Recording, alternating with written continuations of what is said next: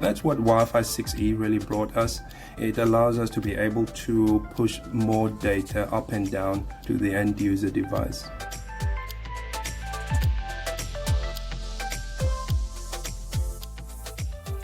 All right, thank you for joining us. This is Martha DeGrasse here again for the Wi-Fi Alliance, and this is The Signal, our podcast where we bring you the inside track on Wi-Fi. These are meant to be smart conversations with industry leaders, and today we are delighted to welcome Shawn Fisher. He is IT Director at the Pennsylvania Convention Center, and he's going to tell us about their upgrade to Wi-Fi 6E. Shawn, welcome to The Signal. Thank you for having me, Martha. Yeah, this is going to be really good to learn about what you all have got going.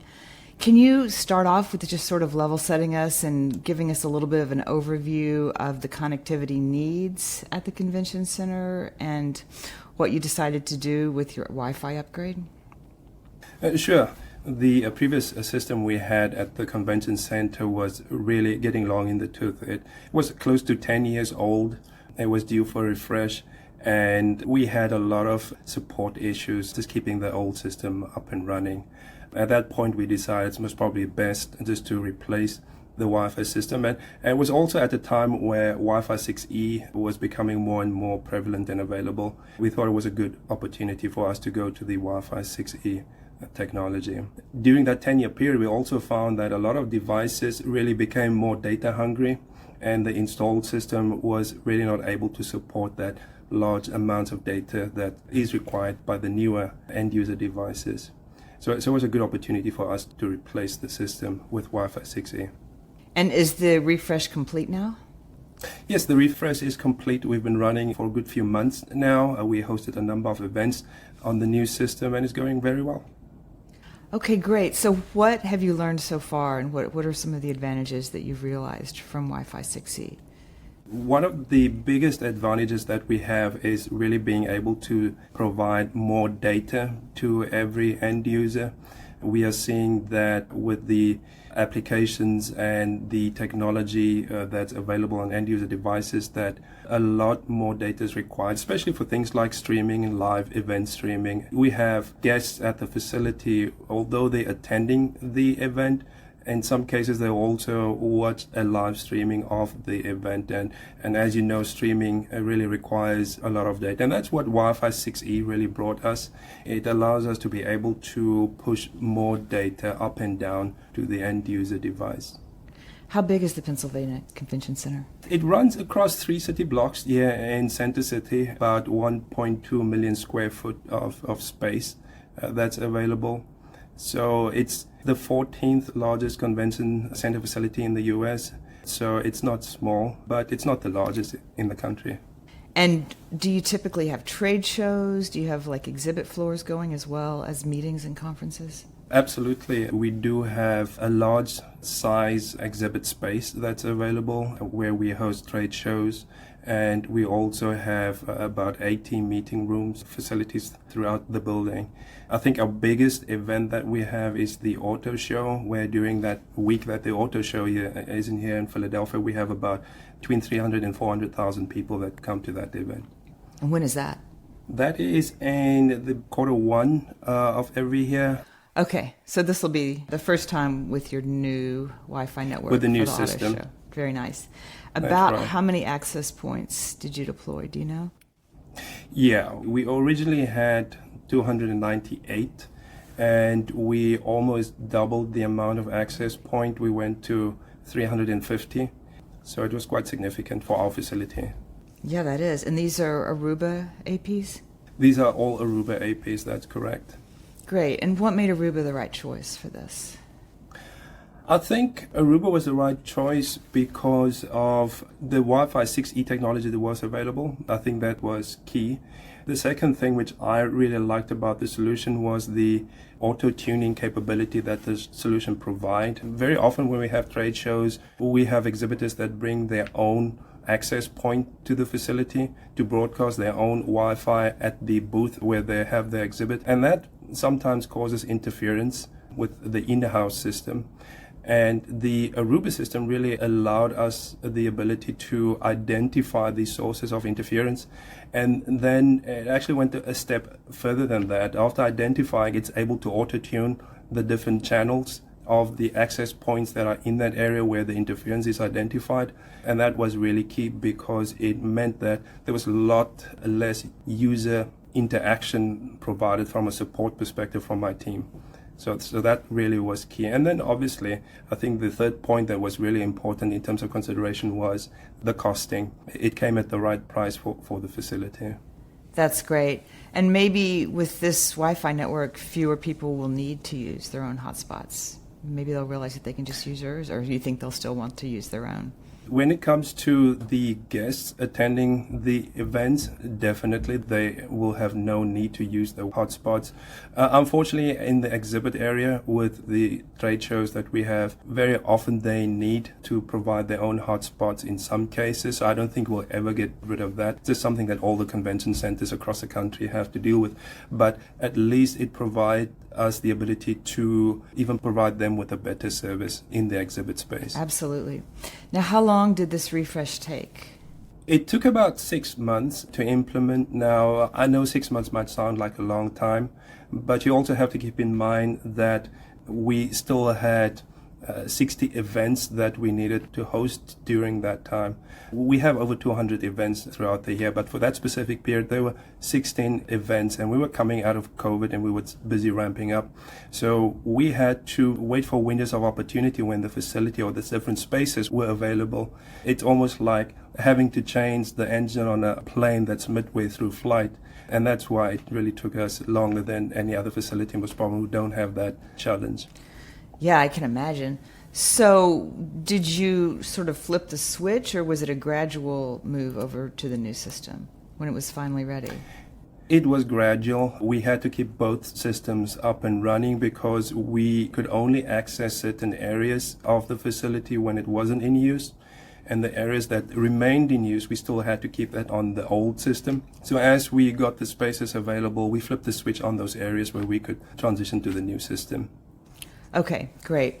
And did you learn anything from this exercise that, hopefully you won't have to do it again for at least another 10 years, but are there Hopefully, anything? yeah. But your experience could be instructive for other venues that are going through this. So were there any learnings from the deployment that you can share?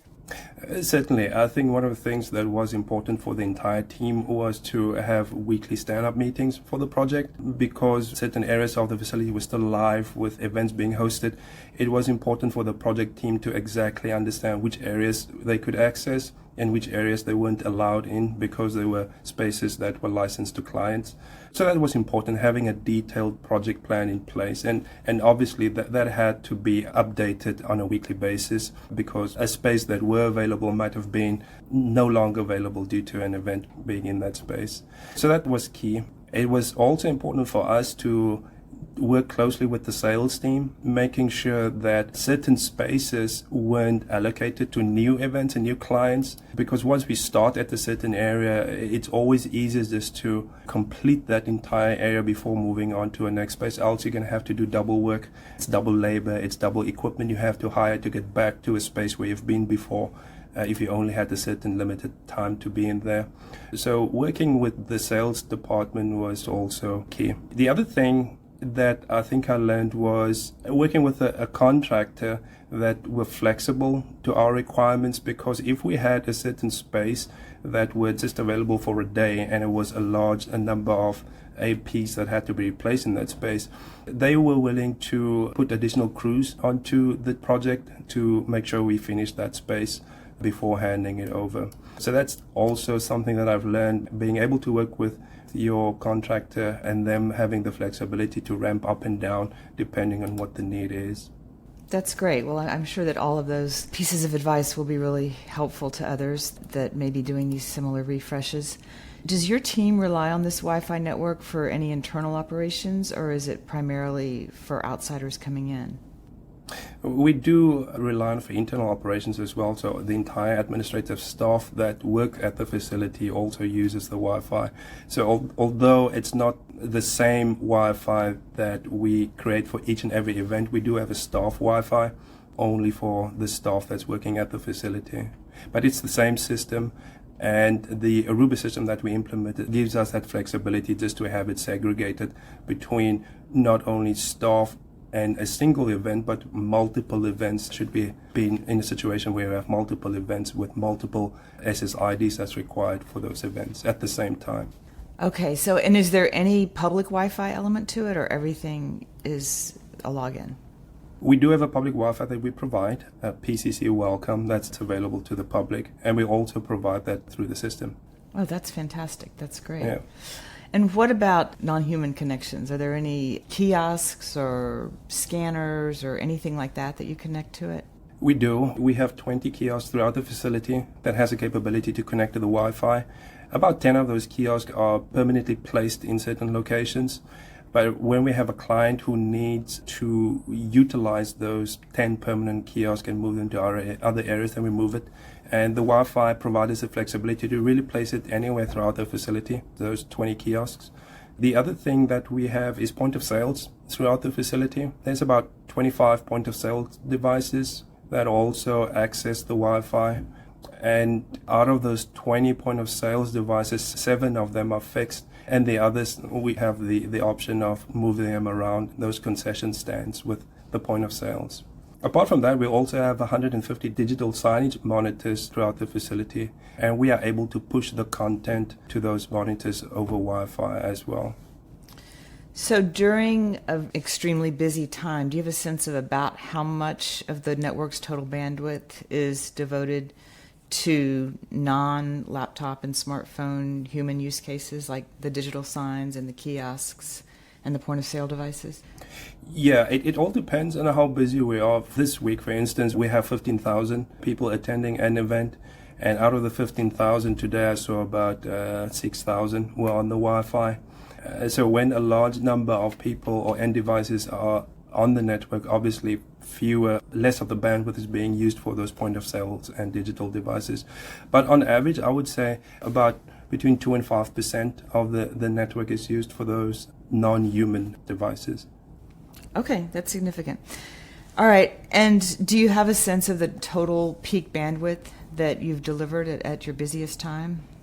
Yeah, I do. We have a total of 8 gigabit per second connectivity bandwidth available to the facility, and we used about 3 gigabit of that, so it's about 40%. So you've got a 40%. lot of room. That's really good. Yeah, we do. Okay, and what kind of speeds are you seeing down and up? For the Wi-Fi service that we have different tiers of services that we provide, ranging from 1.5 megabit per second all the way up to a 14 megabit per second. So depending on which service the client bought, they get those speeds. Because whenever we configure that specific tier of service, we go out and test and see if we actually see that type of speeds. Okay. Did you have to train your staff for this remote configuration? It sounds pretty involved. We had to, and the implementation partner that we worked with were good in that regard in terms of making sure not only that we are trained, we had multiple training sessions, but also after the implementation was done, they're all still supporting us on an ongoing basis with some of the configurations where we get stuck. That's great. Did you have to hire any new people for this, or your existing people took it on? Our existing people took it on, but funny enough, because when we came out of COVID, the facility scaled down. And as we were ramping up, this specific position was always for Wi-Fi support, was always part of my team, but the person was no longer there as a result of COVID. So we just hired that person back into that role, but the position was always there. We didn't have to create additional roles on our staff for that. Okay, great. Let's talk for a minute about business outcomes. Has your marketing team given you any information about advantages the new Wi-Fi network is giving the convention center? Any new customers coming in, or any business opportunities that you might not have had otherwise without this network? Sure, we have a client that's in the building currently that's using our new splash page functionality that we've deployed, and they specifically requested that we roll that out for them. And one of the things that the new Wi-Fi gives us is the ability to collect a lot of marketing information for our clients based on people having to log into the Wi-Fi through a splash page. Certainly we can exploit that for the facility as well in terms of obtaining marketing information that the facility itself could use and push content to those clients who register through the splash page. All right, great. Well, this has been really educational. I hope that a lot of people listening will take away some good pointers. Do you have anything else that you want to share while you're here, Shawn? No, I just want to say that I'm absolutely satisfied with the system that we have from Aruba compared to what I've seen out there, what we had before, the service that we're getting, and also the fact that we are future-proofing our facility with the technology. I know Wi-Fi 7 is just being spoken of and being released, but we definitely have at least another 5 to 10 years that we can utilize and exploit the system we have implemented. Well, that sounds really good. All right, Shawn Fisher, Director of IT at the Pennsylvania Convention Center. Thank you so much for being here today on The Signal. Thank you. And that is our show. You can check the show notes for links to some of the resources we discussed today. And be sure to follow The Signal on Apple Podcasts, Spotify, Amazon Music, and Google Podcasts. And of course, you can find us at the Wi-Fi Alliance. That's y-fi.org. I'm Martha DeGrasse. Thank you so much for listening, and please join us next time on The Signal.